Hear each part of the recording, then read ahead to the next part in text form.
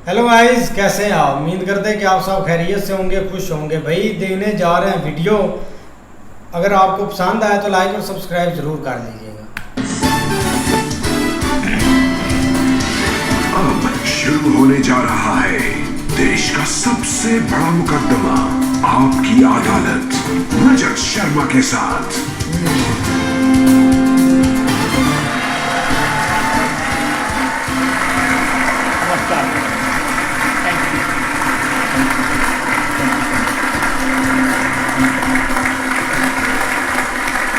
आपकी अदालत में आपका स्वागत है। आज हमारे मेहमान हैं देश के सबसे लोकप्रिय धर्मगुरु, सबसे पॉपुलर कथावाचक, समाज सुधारक, बहुत यंग एज में जिन्होंने पूरी दुनिया में ख्याति प्राप्त की। इन्हें दुनिया जानती है बागेश्वर सरकार के नाम से।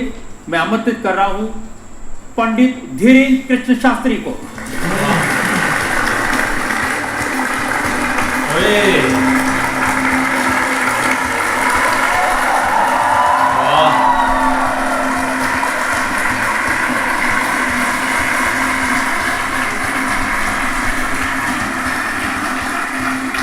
और आपकी अदालत में आज हमारे जज हैं जाने माने वकील अश्विनी उपाध्याय। ये पीआईएल के एक्सपर्ट हैं, 250 से ज़्यादा पीआईएल फाइल कर चुके हैं। और आपकी अदालत के आज के जज अश्विनी उपाध्याय।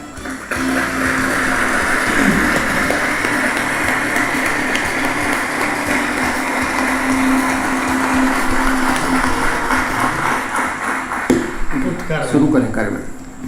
और इससे पहले कि पहला इल्जाम लगे पंडित धीरेन्द्र शास्त्री पर, एक नजर डालेंगे उनके चित्र। बागेश्वर सरकार के नाम से प्रसिद्ध पंडित धीरेन्द्र शास्त्री की सफलता किसी चमत्कार से कम नहीं है। मध्य प्रदेश के गढ़ागंज गांव में एक निर्धन परिवार में जन्मे धीरेन्द्र शास्त्री के आज पूरी दुनिया में करोड़ों फॉलोअर्स हैं। पंडित धीरेन्द्र शास्त्री विशाल बागेश्वर धाम के प्रमुख हैं। बागेश्वर धाम के बालाजी को पंडित धीरेन्द्र शास्त्री ने महाराष्ट्र में भी स्थापित किया है। पंडित धीरेन्द्र शास्त्री को अब अमेरिका, यूरोप और अफ्रीका के देशों में कथावाचन के लिए आमंत्रित किया जाता है। पंडित धीरेन्द्र शास्त्री की ब्रांडेड जैकेट, चार्टर्ड प्लेन्स और लग्जरी कार्स की चर्चा होती है।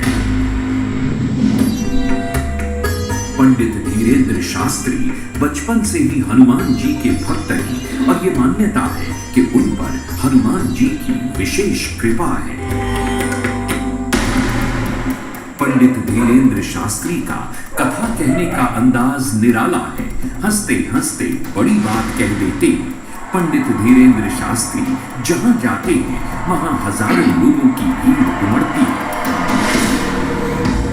पिछले वर्ष पंडित धीरेन्द्र शास्त्री ने सनातन हिंदू एकता पद यात्रा की शुरुआत की। पंडित धीरेन्द्र शास्त्री ने बागेश्वर धाम चिकित्सा एवं अनुसंधान संस्थान की परियोजना बनाई है। बागेश्वर धाम के पीठाधीश्वर पंडित धीरेन्द्र शास्त्री आपकी अदालत में अपना मुकदमा स्वयं लड़ेंगे।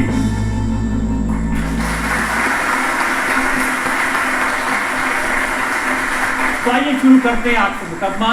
आपकी अदालत में पहला इल्जाम पंडित धीरेन्द्र कृष्ण शास्त्री।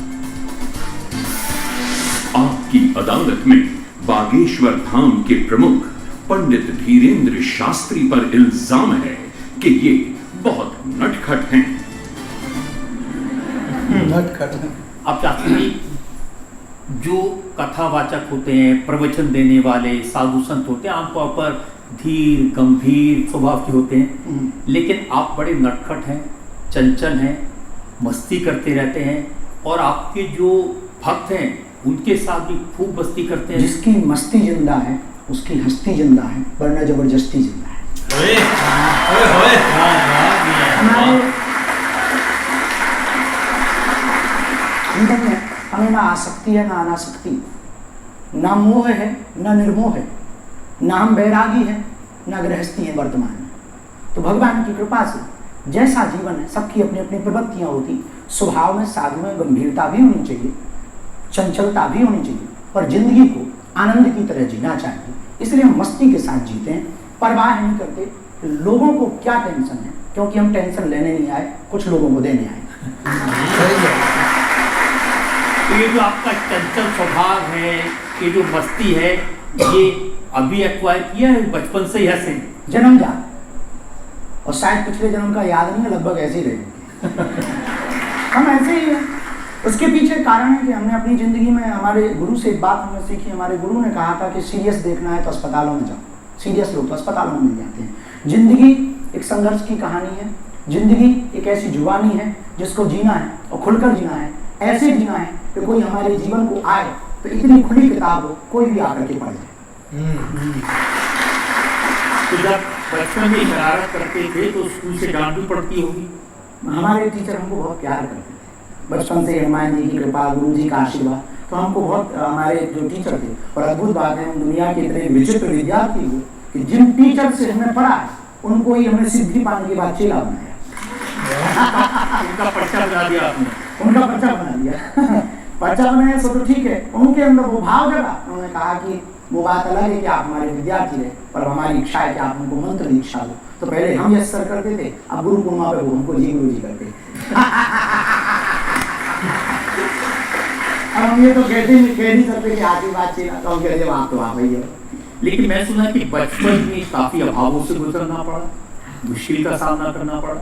हमारी मस्ती का एक ये भी कारण है, क्योंकि हमारा जीवन बहुत अभाव में गुजरा, जीवन बहुत विचित्र संघर्ष में गुजरा। आज भी संघर्ष है, और संघर्ष होना चाहिए, संघर्ष कोई बुरा नहीं है। जो मुस्कुरा रहा है निश्चित उसको दुखों ने पाला होगा, जिसकी सितारे चमक रहे हैं जरूर उसके जीवन में बहुत अंधेरा रहा होगा, तब आज उजाला होगा।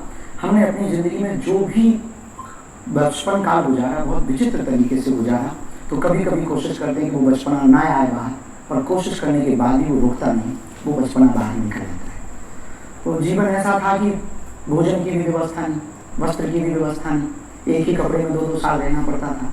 भोजन के लिए भी गाँव में घर घर जाना पड़ता था, तब कहीं चावल मिलता था, कहीं आटा मिलता था। उससे फिर माँ भोजन बनाती थी, हमसे छोटी बहन, हमारा भाई भी था, तो हम बड़े थे घर में, पिताजी हमारे कुछ करते नहीं, आज भी नहीं करते। तो गांव घर घर जाकर के जो परिस्थितियाँ झेली, मुसीबतें, हमें कहानी आज भी याद है कि हमारे गांव में एक हमारे पड़ोसी को ट्रैक्टर आया, तो उन्होंने हमको 1 रुपया पर दिन के हिसाब से इस बात के लिए रखा कि आप हमारे हावर्स दिनों खेती के लिए जब ट्रैक्टर जाए तो कितने घंटे ट्रैक्टर चला, आप घंटे गिनो कौन से खेत में कितने घंटे चला।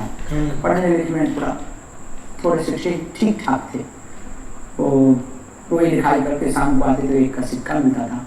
उस वक्त पार्ले जी छोटा वाला आता था, तो वो खरीद के लाते थे। 2 पैसे बिस्कुट बहन ले लेती थी, 1 बिस्कुट भाई ले लेता था, उसको खा लेते थे, दिन निकाल लेते थे। तो मेला बगल में खजुराहो है हमारे यहाँ, मेला लगता था, मेला में नहीं जा पाते थे, तो माँ से कहते थे बाकी बच्चे पपीरा लाए हैं, कोई डमरू लाए हैं, हमको भी जाना है, तो कोई उधार देता नहीं था, ले जाता नहीं था। ये जो जितने संघर्ष रहे, अंधेरी रातें नहीं, आज लोगों को जरूर चमकता हुआ दिखाई पड़ रहा, बागेश्वर धाम, बागेश्वर बाबा, महंगे चार्टेड या गाड़ियाँ, पर जीवन में जितनी अंधेरी रातें हम गुजारी उसको हम भूले नहीं। तो हमारा बचपना मरा नहीं, उसको दबाया गया, खुद से ही दबाया, किसी ने नहीं दबाया, हमने खुद को ही दबाया, भाई के लिए, बहन के लिए, माँ के लिए, समाज के लिए, हिंदुओं के लिए, हिंदुत्व के लिए। फिर अब जैसे ही यहाँ पहुँचे थोड़ा होश आया, तो अब लगता है कभी कभी कि कोशिश करें कि वो दिन देख लें। कभी क्रिकेट खेलने का मन करता, कभी मौज मस्ती करने का मन करता, पर ऐसा कभी कोई कृत्य नहीं करते जिससे हिंदुओं को नीचा देखना पड़े। ये बात ठीक है, थोड़ा बहुत मौज मस्ती करना, लेकिन अब तो आपकी लाइफ बिल्कुल बदल गई है।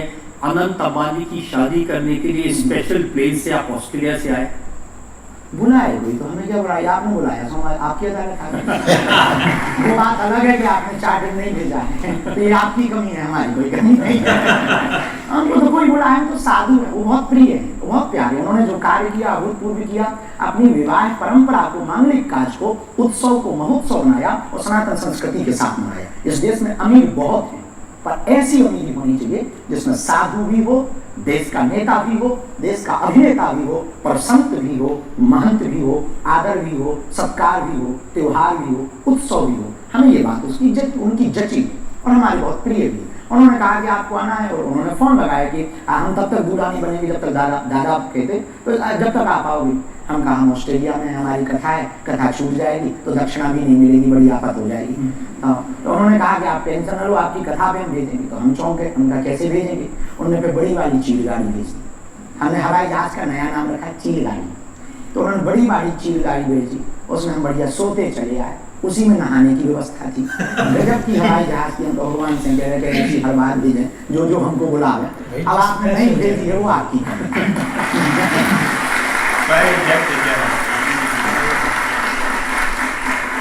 और रोल्स रॉयस भी भेजी उन्होंने एयरपोर्ट से लेने के लिए। वो दूसरी बार वनतारा गए थे, तो वनतारा में वहाँ पर एक छोटा सा क्रम था, अनुष्ठानिक क्रम था, तो वहाँ गए थे।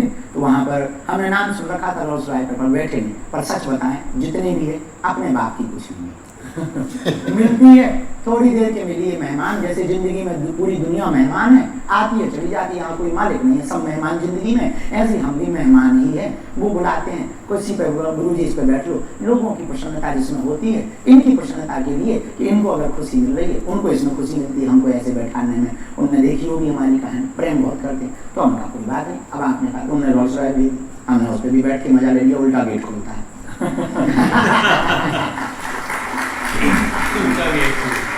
लेकिन आप किस स्टाइल में रहते हैं उसकी कुछ तस्वीर मैं लोगों को दिखाना चाहता हूँ। दिखा दो।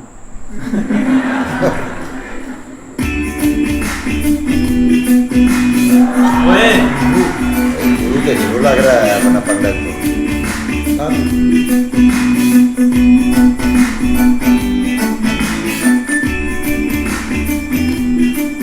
तो आपका चश्मा, आपकी जैकेट, सब कुछ ब्रांडेड है, बड़ी चर्चा होती है इसकी। नहीं, एक ही है। बाकी तो बहुत लो क्वालिटी के, 60-60 रुपया वाले भी, 20 वाले। कोई आता है और इन लोगों की जो हमारे प्रिय हैं, उनकी प्रसन्नता है, जो शिष्य हैं, दीक्षित शिष्य हैं, या जो बहुत प्रिय हैं, प्रेम करते हैं, युवा बच्चे आते हैं, गुरुजी आप एक बार ये पहन के दिखा दो, मैं खुशी होगी। हम पहन लेते और हमें लगता है कि ये बुरा नहीं। इसलिए बुरा नहीं कि हमने ना तो कभी संन्यास लिया, ना हम साधु। जब साधु नहीं है ना हमने ऐसी कोई घोषणा की, तो ये पहनना बुरा नहीं है। जब इस देश में बलात्कार करने वाला करोड़ों के मकानों में रह सकता, नाचने वाला अरबों खरबों के बंगले और गाड़ी में रह सकता, देश में गद्दारी करने वाला, घूस लेने वाला व्यक्ति इस देश में बड़े बड़े बंगलों में, बड़ी बड़ी गाड़ी में रह सकता, तो एक साधु को कोई दे दे और वो चश्मा पहन ले तो वो जी सकता है। यार ये कोई बुराई नहीं है। हाँ, ये बात बहुत सही है। हमारी आसक्ति भी नहीं है, अनासक्ति भी नहीं है, अपेक्षा भी नहीं है और मना भी नहीं। हमें अपेक्षा भी नहीं कि चश्मा ही हो, अपेक्षा ही नहीं है कि रोल्स रॉयस हो। हम बैलगाड़ी पे गए पर ये किसी ने खबर नहीं दिखाई। हम महाराष्ट्र में बैलगाड़ी पर गए, वहां पर पूरा कीचड़ मच गया था, नहीं थी जाने की व्यवस्था। हम बैलगाड़ी पर कथा करने गए, वो खबर किसी ने नहीं दिखाई। हम साइकिल पर गए, वो खबर किसी ने नहीं दिखाई। इस देश में बहुत कार्य हुए कि वो किसी ने खबर नहीं दिखाई, और चश्मा क्या पहन लिया, जैकेट क्या पहन ली, सबने चर्चा कर ली। बिल्कुल सही। इसका कारण क्या है कि आप जैसे अपनी कथा में क्या कहते हैं, लगा कि आप दौलत में हमने ये शौक पाले हैं, और कोई पूछे तो कह देना कि बागेश्वर वाले हैं। हाँ। तो आप दौलत तो दूसरों की आग लगा रहे हैं। नहीं, पहली बात तो लगा कि आग दौलत, लगा कि आग शोहरत में, लगा कि आग दौलत में हमें ये शौक पाले। कोई पूछे तो कह देना हम बागेश्वर वाले। इसका मंतव्य ये है, पहनते हैं, अपना नहीं मानते। हम यहाँ बैठे हैं और ये अपना नहीं, इस जगत में है, अपना नहीं, निर्मोह है। मिल जाए आओ तो वेलकम, न आओ तो वेलकम। तो जो आरती में कहते हैं कि तेरा तुझको अर्पण, क्या लाभ है मेरा? हाँ, उसमें कोई संदेह ही नहीं। अब किसी की भावनाओं को ठेस नहीं पहुंचा सकते ना। कोई आया है बड़े श्रद्धा भाव से, तो उसकी भावनाओं को कैसे ठेस पहुंचाए? ऐसे ही ये सब आते हैं तो भावनाओं को ठेस ना पहुंचाए, उनकी प्रसन्न, क्योंकि हम तो इन्हीं की प्रसन्नता के लिए है ना। शिष्य की प्रसन्नता जिसमें हो, गुरु तो उसी में प्रसन्न रहता है। परमात्मा की जिसमें प्रसन्नता हो, भक्त तो उसी में प्रसन्न रहता है। साधक की जिसमें प्रसन्नता हो, साधक तो उसी में प्रसन्न रहता है। तो आखिर जब लंदन जाते हैं, दुबई जाते हैं, वो किसको प्रसन्न करने के लिए जाते हैं? वो हिंदुओं को प्रसन्न करने के लिए, वहां पर रहने वाले भारतीयों को प्रसन्न करने के लिए, वहां पर रहने वाले मूल परंपरा के लोगों को प्रसन्न करने के लिए, वहां पर रहने वाले अंग्रेजों को आकर्षित करने के लिए कि तुम हमारे यहाँ आए, अब हम तुम्हारे यहाँ आए, तो आओ भाई साहब, वेलकम टू यू। तो क्या बुराई है? हमें नहीं लगता कि बुराई, जाना ही चाहिए, साधु को जाना चाहिए, ताकि हमारी परंपरा का प्रचार, हमारी संस्कृति का प्रचार। पर एक बात हमारी पक्की है, विचार भले ही नए लेकर चलते हैं, संस्कार पुराने लेकर। लेकिन मैंने ये भी सुना कि लंदन में एक बाथरूम में अटक गए आप काफी देर। ये खबर है, पता नहीं कहाँ से खोजते आप दोस्त वो। अच्छा, मैं गाँव के आदमी, पहली बार जब लंदन गए, 9 घंटे की हवाई जहाज, पूरे संकोच में रहे कि कुछ उल्टा सीधा खा पी ना लें, कहीं गड़बड़ ना हो जाए, अंग्रेजी नहीं आती है, कैसे काम चलेगा, एक ये नया लफड़ा। तो अंग्रेजी का फिर जाके सेंटेंस सीखा, एक सेंटेंस में अपन ने पूरी देशों की यात्रा कर ली। I can not speak in English but I understand your.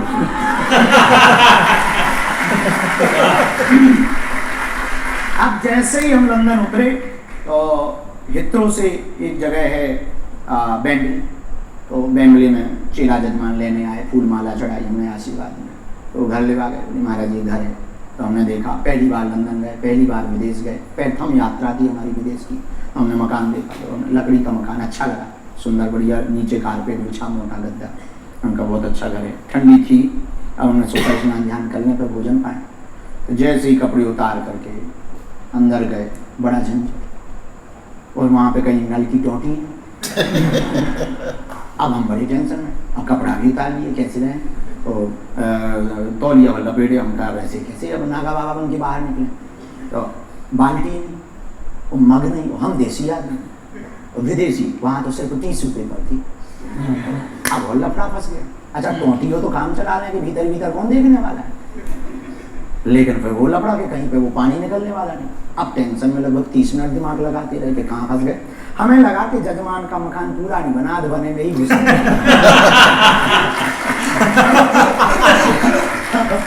फिर जो बटन लगे, तो हमने कहा बटन है तो मतलब कुछ ना कुछ तो लफड़ा है। तो हमने जैसे ही बटन दबाया तो उसमें सावर ऊपर छत में था, तो पानी नीचे गिरा, गर्म गिरा, सो हाथ जल गए। अरे हमका गर्म भी यही है तो ठंडा भी यही होगा। तो फिर उसको भजा के जैसे तैसे नहा करके निकले। जजमान बोला, गुरुजी कोई असुविधा तो नहीं? हमको एक भी सुविधा नहीं। बोले क्यों? अरे उनका मकान तो तुम्हारा करोड़ों का है, 60 रुपया की बाल्टी, 20 रुपया का नल फिट नहीं करवा। तो उसने फिर उसके दूसरे दिन पर देसी व्यवस्था हुई अपनी, और उसके बाद में फिर हम जहाँ भी जाते हैं तो पानी की बोतल जो प्लास्टिक वाली वो ले जाते हैं, और बाथरूम जैसे जाते तो वो काट करके रख लेते हैं, अपना काम चलता। तो पिज्जा खाने को मिला तो भी आप शॉक हो गए थे? हाँ, वो पिज्जा आपके पास सब खबर है।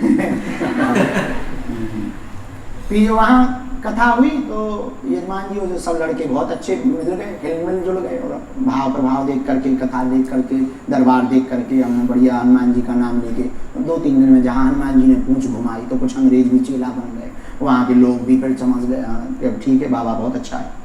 तो गाड़ियाँ ले करके एक दिन बोले, गुरुजी चलो लंदन घुमाते हैं, कुछ दिखाते हैं। तो एक वहाँ के महाराज जी भी थे, वो भी गए, त्यागी जी भी थे, वो भी गए। तो गए तो बोले आपको हम पिज्जा खिलाते। हमने तो कभी खाया नहीं। हम जैसे ही उतरे तो उस पर लिखा था पिज्जा हट। मैंने कहा कि इसमें तो लिखा है हट। बोले अच्छा मतलब मकान होता है। और हमने जब गोरी मेमन को देखा, वो पिज्जा ऐसे प्लेट में धने और खाए, लंबी सी वो भाई वो सफेद हमने देखा। और हमने जब उस पर पिज्जा पे ऐसा लग रहा है जैसे छोटे बच्चे ने जुकाम। नहीं, सलमान भाई बहुत खाते हैं ऐसी चीजें। नहीं मौलवी साहब को पता है, बच्चों को जुकाम होता है। बच्चा वापसी ले चलो, हमें नहीं जाना है। भगवान की कृपा से आज तक अन्न का तिरस्कार नहीं है। हे अन्न भगवान क्षमा करना हमको। तो अन्न का तिरस्कार नहीं है, लेकिन हमने आज तक फिर स्वाद नहीं किया है ना। वहाँ खाया फिर हमको मन ही मन कभी क्षमा करो, अपनी दाल रोटी खाइए, हरी के गुण गाइए, वही चीज। और वहाँ ऑस्ट्रेलिया में अंग्रेजी कैसी बोली, इसका एक एग्जाम्पल मेरे पास है, वो मैं लोगों को दिखाना चाहता हूँ video. Thank you, your family, your business, your work, your relative, all peoples. I'm praying Lord Hanuman and bless for you. Thank you so much. बहुत बढ़िया, बहुत बढ़िया। सही गई, सही गई, राइट हो गई हैं? अरे गजब। ये कमाल की इंग्लिश बोली आपने। बस इतने ही समझ लो कि बस ये लास्ट चांस हमको एक हमारे जीवन में दुर्भाग्य रहा, और बहुत स्टूडेंट भी और इस वीडियो को बहुत देखेंगे। आपकी अदालत से देश का सर्वोत्तम ये प्रोग्राम है, इसमें कोई संदेह नहीं। हमारे जीवन में एक दुर्भाग्य तो नहीं कह सकते, लेकिन एक कमी रही। हमने सब कुछ जाना, पढ़ा, अध्यात्म को भी जितना गुरु कृपा हुई, सब कुछ, एक कमी रही, हम अंग्रेजी नहीं पढ़ पाए।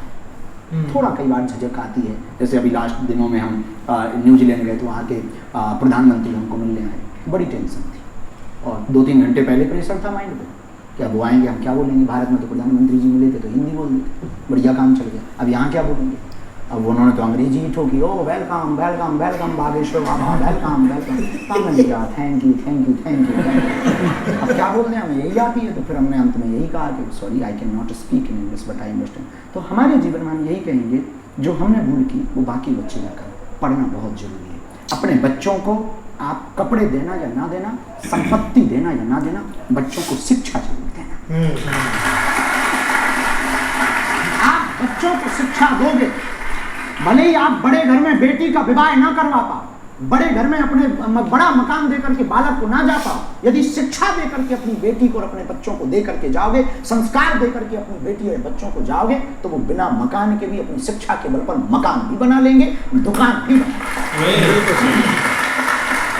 इसका मतलब ये नहीं है कि हम सीख नहीं सकते, सीख सकते हैं। इसका मतलब ये भी नहीं कि हमें अंग्रेजी सीखने की ललक नहीं, दोनों है, पर कारण भी हमारी हिंदी का, हमारी हिंदुत्व का प्रचार होना चाहिए।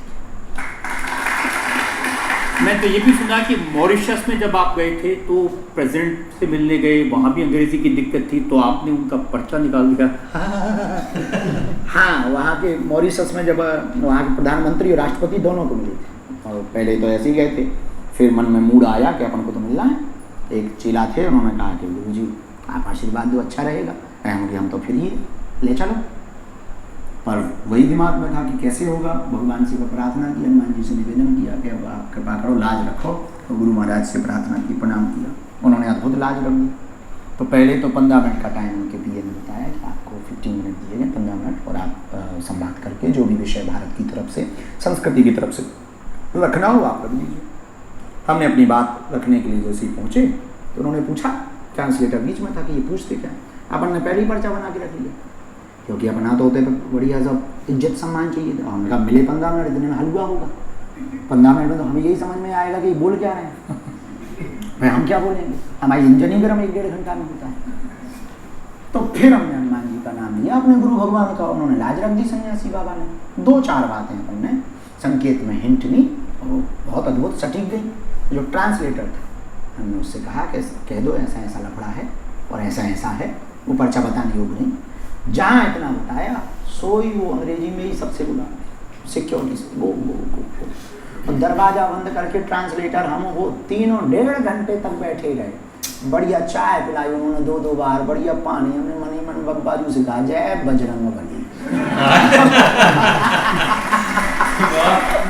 जो ट्रांसलेटर था वो बड़ा खुश हुआ, बोले हमको पहली बार पता लगा हमारे साहब के इतने राज हैं। तो बहुत आनंद हुआ। बजरंग बली दुबई में भी मिले? हाँ, मस्कट गए, ओमान गए, वहाँ भी मिले, दुबई में भी मिले। और दुबई में वहाँ के एक कल्चरल मिनिस्टर हैं शेख नैयान, हम उनको भी मिले। हाँ, भारत में है दिक्कत, भारत में लगता है कि हम मुसलमानों के विरोधी हैं, बल्कि जहाँ रियल वाले मुसलमान रहते हैं वो तो सब रेड कार्पेट बिछा के हमारा स्वागत करते हैं, क्योंकि हम आदमी बहुत अच्छे हैं। अब आप पढ़ने के लिए ऑक्सफोर्ड जाना चाहते हैं, पीएचडी करना चाहते हैं? सही खबर है। हमारा उद्देश्य है कि जीवन विद्यार्थी में ही रहना चाहिए, पढ़ते ही रहना चाहिए, और जो काम हम कर रहे हैं उस कार्य में हमारे गुरु का प्रसाद रही है। आने वाले दिनों में सब युवाओं को भी कहेंगे किसी भी उम्र में पढ़ाई की जा सकती है, तो किस विषय पर पीएचडी करेंगे आप? पीएचडी हमारा उद्देश्य है कि कैम्ब्रिज या ऑक्सफोर्ड यूनिवर्सिटी में हो और भूतों पर। ये सुनकर के आप बहुत हंसेंगे। एक विषय अभी शुरू हुआ है ऑक्सफोर्ड यूनिवर्सिटी में भी, कैम्ब्रिज में भी और अमेरिका की भी बहुत सी यूनिवर्सिटियों में। एक विषय हुआ पैरानॉर्मल। पैरानॉर्मल नाम का एक सब्जेक्ट स्टार्ट हुआ है। पैरानॉर्मल मीन्स अदृश्य शक्तियाँ, भूतों के बारे में जानना। हमारा काम ही है भूत भगाना। इस देश में बहुत से लोग हमारे ऊपर उंगली उठाते हैं, इस देश में हमारे ऊपर बहुत से लोग लांछन लगाते हैं कि हम अंधविश्वास फैलाते हैं, और खास करके महाराष्ट्र में अंधश्रद्धा निर्मूलन समिति के कुछ सदस्यों ने हमारे ऊपर उंगली उठाई थी। तो उसी दिन हमने विचार कर लिया था इसका हम प्रमाण पत्र भी लेकर के आएंगे और ये तथ्य के साथ में हम कार्य करेंगे। अभी गुरु के द्वारा ज्ञान से ये कर रहे हैं, फिर विज्ञान को जोड़ करके पीएचडी करके पैरानॉर्मल पर काम करके लोगों की नकारात्मकता को दूर करेंगे।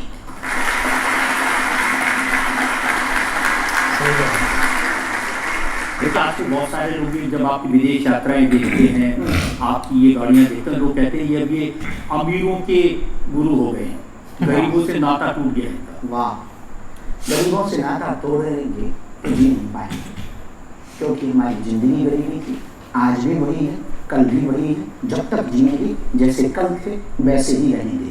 हाँ, लोग मिलने आते हैं तो कुछ मजबूरियां जरूर होती हैं, हमने कभी अपने जीवन में बदलाव नहीं किया। आज भी उन्हीं बेटियों का विवाह करवाते जिनके माता पिता नहीं है और जो दिए नहीं। आज भी भंडारा कोई व्यक्ति भूखा नहीं जाए। आज भी बागेश्वर धाम पर रहते 18-18 घंटे जागते हैं, एक व्यक्ति को मिलते हैं। भीड़ बहुत हो गई तो ज्यादा को नहीं मिल पाते, पर जितनों को भी हम अपनी तरफ से भोजन, कई बार भोजन छोड़ देते और लोगों की सेवा नहीं छोड़ते। जो कल थे वो आज। बाकी कहने वालों ने तो राम को भी नहीं छोड़ा, हम तो राम ने हमें कब छोड़ा। देखिए अखिलेश यादव की बात सुन रहा था, वो कह रहे थे कि अगर आपको बागेश्वर बाबा की कथा करानी हो तो 50 लाख रुपए खर्च करने पड़ते हैं। गरीब आदमी तो हैसियत ही नहीं है उनसे कथा करवाने की। हम उनको निवेदन करना चाहेंगे आपकी अदालत के माध्यम से कि दक्षिणा हम लेते हैं, इसमें कोई संदेह, पर जितनी उन्होंने कही है उतनी अभी तक हमें मिली नहीं। उनसे हम कहेंगे कि उनकी श्रद्धा यदि जगह हमारी कथा करवाएं, हम उनके गांव में जहां वो कहेंगे वहां आएंगे, टेंट भी अपना लाएंगे, साउंड भी अपना लाएंगे, यजमान उनको बनना पड़ेगा, 1 रुपया दक्षिणा नहीं लेंगे और कथा सुना करके जाएंगे। आदिवासियों की कथाएं आदिवासी क्षेत्रों में जाकर के उनको यजमान बना करके अपने टेंट लगाकर अपना साउंड लगा करके कथा की। ये इसका गुणगान नहीं उन्होंने आज तक किया। हमने आज दक्षिणा लेते हैं, हमारी 2 मजबूरी, जिस कारण से एक कैंसर हॉस्पिटल की मजबूरी, हमारा क्षेत्र बहुत पिछड़ा है, वहाँ बहुत गरीबी है और लोग आस्था के नाम पर धर्मांतरण करते हैं वहां पर। तो हम चाहते हैं हम मंदिर बना करके नहीं, जीते जी अस्पताल बना करके बने।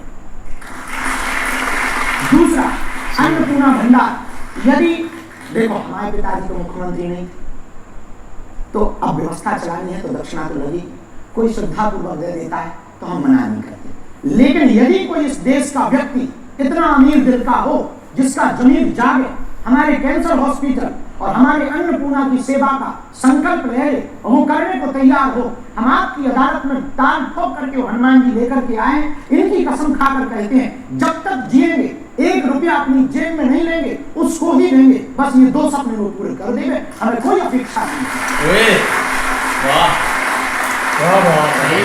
हमारा भजन, हमारी कथा, हमारे प्रवचन कभी भी धन के लिए नहीं है। हाँ, अब कोई देता है तो सदुपयोग में लगाने की प्रेरणा यदि दे दी जाए तो क्या बुराई। इस देश में नाचने वाले करोड़ों देते हैं, तो नेता भी तो अपनी वेतन देते हैं और घूसखोरी अलग से लेते हैं।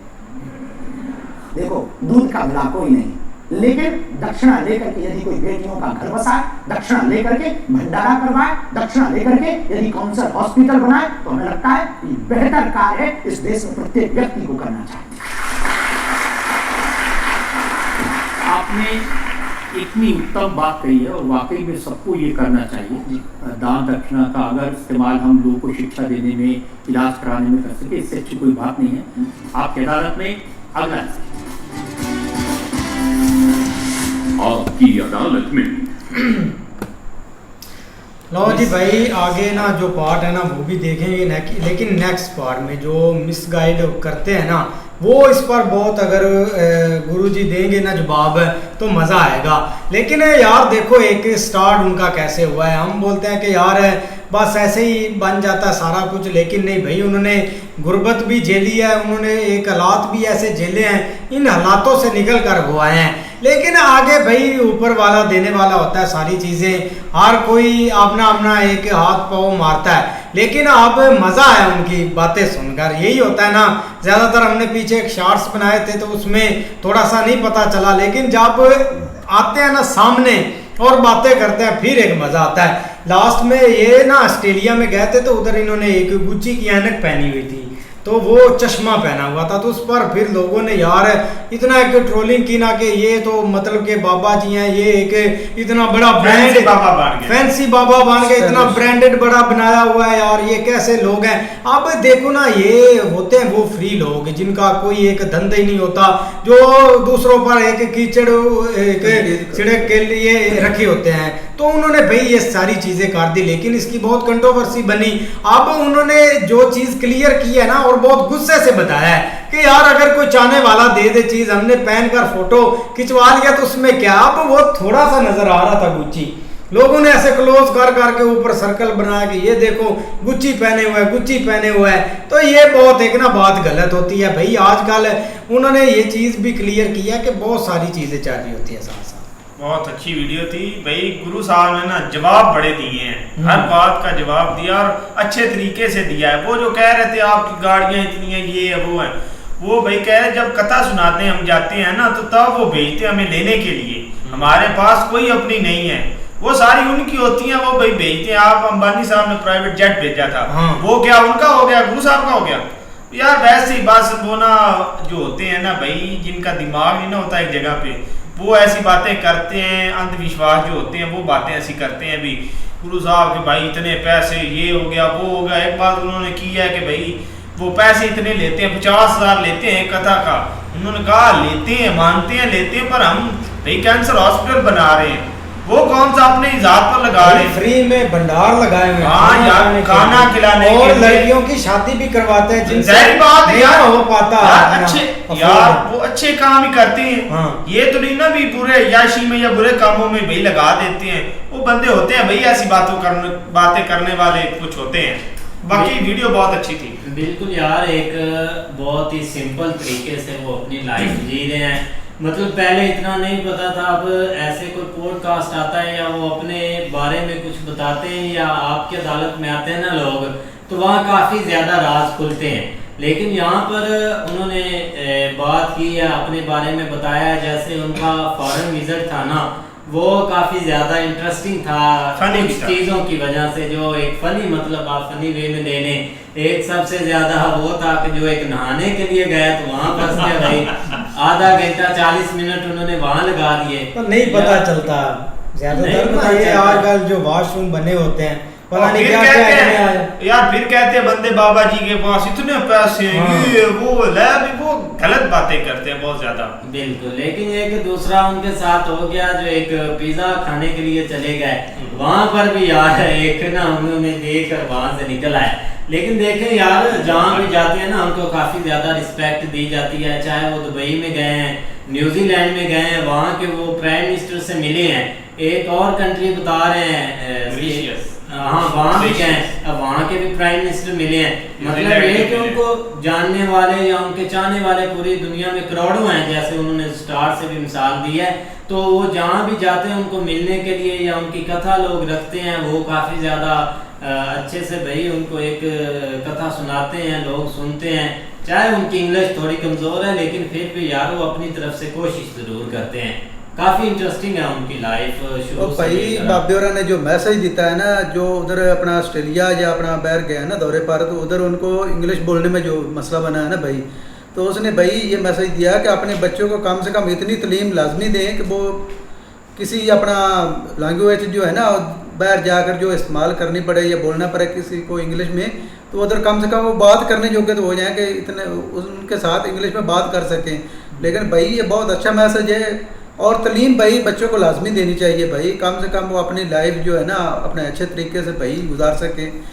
लेकिन बाबे होरा ने जो मैसेज देता है ना भाई, ये अपना आप 50-50 हज़ार या कितने पैसे लेते हैं जाने का भाई, वो अपने ऊपर नहीं वो खर्च करते 50 लाख ये जितना वो भाई कहते हैं कि हम तो अपना साउंड अपना तंबू कनास अपना कुछ लेकर जाते हैं, हमको बुलाए तो सही, ऐसे अपना कह देते हैं कि हम इतने लेते हैं, नहीं भाई। और वो कहते हैं कि हम भाई लेते हैं तो उधर कैंसर अस्पताल है उधर खर्च करते हैं, जो जिनके माँ बाप नहीं है बेटियों के ऊपर उनके भाई शादियाँ करवाते हैं, इस तरह भाई काफ़ी अच्छे वो काम करते हैं। बिल्कुल बस साह चढ़ गया। नहीं चढ़ता भाईजान वीडियो बहुत अच्छी थी। ये जो गुरु साहब ने मैसेज दिया है ना कि जब इन पे शुरू से भाई ये बुरे वक्त में इन पे आता है ना तो उस वक्त कोई इनको पूछने वाला नहीं होता। तो जब ये थोड़ा थोड़ा ऊपर उठते हैं और जब ये इनके पास को माड़ा मोटा कोई चीज़ इन्हें मिलनी शुरू हो जाती है तो अवाम जो है वो कहना शुरू कर देती ये गुरु साहब को इधर से माल आ रहा है, इधर से आ रहा है, इधर। यार ये जो चीज़ है ना ये कभी ख़त्म नहीं होगी, ठीक है। वो बता रहे थे कि वो एक वक्त उन पे था कि उनको 1 रुपया डेली का मिलता था और वो भी वो एक ट्रैक्टर वाले का टाइम लिखने के लिए, ठीक है। उस वक्त आज तक किसी ने इनको याद नहीं किया। तो अब जब उनको देने वाले ने दिया है तो ये बार बार यही सवाल करते हैं कि इनके पास ये है गाड़ियाँ। वो भाई ये गाड़ियाँ वो खुद थोड़ी रख रहे हैं, वो तो खुद कह रहे हैं कि ये जो नाचने वाले हैं ये डांस करने वाले हैं ये जिनको करोड़ों रुपया आप दे देते हैं सिर्फ क्या उन्होंने आपको कौन सी तलीम दी है? ये जो आपको दीन की तलीम दे रहे हैं वो आपको पता नहीं चलता, जो आपको सीधा रास्ता दिखा रहे हैं वो उनको आपने कुछ भी नहीं देना, और जो आपको डांस करके दिखाते हैं आप उधर करोड़ों रुपया लुटा रहे हैं। और वो तो कह रहा है गुरु साहब के ये पैसा आप मुझे ना दें, ये मेरे पास भी जितने हैं ये भी वो बंदा ले ले, ठीक है। वो जितना पैसा मेरे पास आएगा मैं उसको दूंगा और वो कैंसर अस्पताल बनवाए, ये मैं जितना मेरे पास है मुझे सिर्फ एक दिन रात के लिए खाने का मुझे मेरे पास रहने दे, बाकी जो भी मेरे पास चीज़ आएगी वो मैं उस बंदे को दूंगा, वो कैंसर हॉस्पिटल बनवाए, बस मेरा यही सपना है। नहीं बिल्कुल ऐसे क्या, लेकिन भाई देखो ना एक स्टार्टिंग लाइन उन्होंने अपना बताया है, दुनिया भाई किसी को माफ़ नहीं करती, जो जितना भी अच्छा बन जाए। यहाँ तक कि उन्होंने जो उनके मतलब राम भगवान है उनकी मिसाल दी है हमने, तो वो भाई उनकी देखी हुई है उनकी लाइफ के ऊपर कि उनको भी उनके रहने वालों जो एक टाइम था उनको मतलब जब वो वहाँ से छोड़ने लगे थे तो उस वक्त लोग उनके पीछे तक गए थे कि आप ये छोड़ के ना जाएं अपना इलाका, क्योंकि वो 12 साल के लिए चले गए थे। तो वापसी पे जब आए तो उस वक्त एक जो है ना वो ऐसा सीन हुआ कि उनके ऊपर भी उंगलियां उठी। तो ये तो एक आम बंदे हैं, तो मतलब ये कि लोग भी माफ़ नहीं करते, ना कोई किसी को कोई हंसता देख सकता है, ना कोई बगल कोई रो रहा है तो उसके ऊपर भी वही उंगलियां उठाएंगे। लेकिन उन्होंने भाई बहुत अच्छी बातें की हैं और उनकी लाइफ बिल्कुल एक स्ट्रगल थी स्टार्ट में, जिस तरह उन्होंने बचपन में एक गुजारी है, लेकिन टाइम टू टाइम देखो ना इज्जत देने वाला जो है ना वो मतलब ऊपर है, वो उन्होंने इज्जत दी है। आज वो दे लो कि एक पूरी दुनिया में जाते हैं, मतलब बहुत सारे कंट्रीज जो जिनका उधर इन्होंने जिक्र भी किया, यहाँ तक कि हमारे जो इधर अरब ममालिक है वहाँ पे भी जाते हैं और रेड कारपेट बिछाते हैं वो अरबी इनके लिए। उसकी वजह क्या है कि क्यों, मतलब देखो ना एक रिस्पेक्ट होती है, एक जो है ना वो मतलब वो देते हैं उनको। लेकिन उसके अलावा भाई बहुत सारे मसले मसाइल भी हैं उनकी लाइफ के अंदर, लोग जिस तरह तनकीद भी कर रहे हैं। बाकी भाई अब तो खैर हमने इनका एक जो पूरा मजमा लोग इकट्ठे होते हैं, लोग वहाँ पे आते हैं अपने जो है ना वो मसले मसाइल लेके। लेकिन वो भाई जो प्राइम मिनिस्टर था ना मॉरिशस वाला, उसकी जो उन्होंने एग्जांपल दी है ना वो बिल्कुल एक कमाल की थी कि पहले भाई जस्ट 1-2 सवाल होने थे, फिर उन्होंने सिक्योरिटी को निकाल दिया, बाद में 1 घंटे तक जो है ना वो जो ट्रांसलेटर था ना वो भी मतलब खुश हुआ कि उसके जो प्राइम मिनिस्टर उसके बहुत सारे राज उनको पता चल गए। तो ये देखो ना एक उनके पास भाई है एक ये इल्म, आगे भी वो चाहते हैं कि वो और पढ़ना चाहते हैं। जिस तरह एक उन्होंने ऑक्सफोर्ड का जिक्र किया, वहाँ पे जाके मजीद जिन्नों के ऊपर पढ़ना चाहते, क्योंकि ये एक हमारे जो आज के थोड़े से एडवांस लोग हैं ना वो इन चीज़ों के ऊपर बिलीव नहीं करते, लेकिन वो है मौजूद है भाई, जिन्नात हैं। हाँ उनका भाई एक है असर इस दुनिया में, वो रहते भी हैं और आगे ये बैठा नहीं एक जिन्नात गैब होकर दिखा चला ना भाई तीसरा भाई वो जिस चीज पर गैब होते हैं वो अभी नहीं पास उसके पास वो बाहर खड़ा किया थोड़ा सा हिंट दो भाग जाएगा। लेकिन यार आजकल ना बाबा फ्रॉड भी बहुत चला हुआ है यार, मतलब कि जेली बाबा बहुत है भाई। एक ना कल परसों इधर मैं प्रोग्राम देख रहा था इकरार लसन का, वो क्या हुआ था कि भाई वो पूरा ठट्टा, मतलब कि 4-5 हज़ार लोग उसके पीछे होते थे, उसको मानते थे आकर भाई वो काला जादू करता था। लेकिन उन्होंने अपना बंदा भेजा, उन्होंने बोला कि ये चीज़ करवाओ, ऐसा ऐसा नाम है, उसको मरवाना है। तो वो बंदा गया, उसने ना बोला कि ये बंदा इसको मारना, उसने तवीज़ वगैरह लिख दिया बाबा ने कि अच्छा ये मार जाएगा। वो क्या, उनकी तो प्लानिंग थी। उन्होंने क्या किया भाई, इकरारुल हसन ने ऐसा किया कि वो ना सारा 8-10 दिन ये प्रोसीजर चलता रहा, प्रोसेस है। तो बाद में उन्होंने बाबे के पास वो बंदा गया, उन्होंने बोला कि मुबारक वो बंदा मर गया। उसने बोला हाँ जी ये तो बड़ी बात है। उन्होंने क्या किया, वो जिंदा बंदा एम्बुलेंस में रखा, ऐसे उसको कफन वगैरह बनाया और उससे बाबा जी के पास आ गए। 7 लड़कियां भी 2 रोने वाली ले ली उन्होंने। वो आकर उन्होंने रोना स्टार्ट कर दिया, बाबा जी आपने हमारा बंदा मार दिया, बंदा मार दिया। ओ बाबा जी बोलता है अल्लाह की कसम मुझे कोई इल्म नहीं है। ये बेवकूफ बंदे आते हैं, मैं ऐसे 4 ऐसे कर देता हूँ, चलो बाबे की खैर हो गई, मैंने मेरे पास कोई इल्म नहीं, कोई कुछ भी नहीं।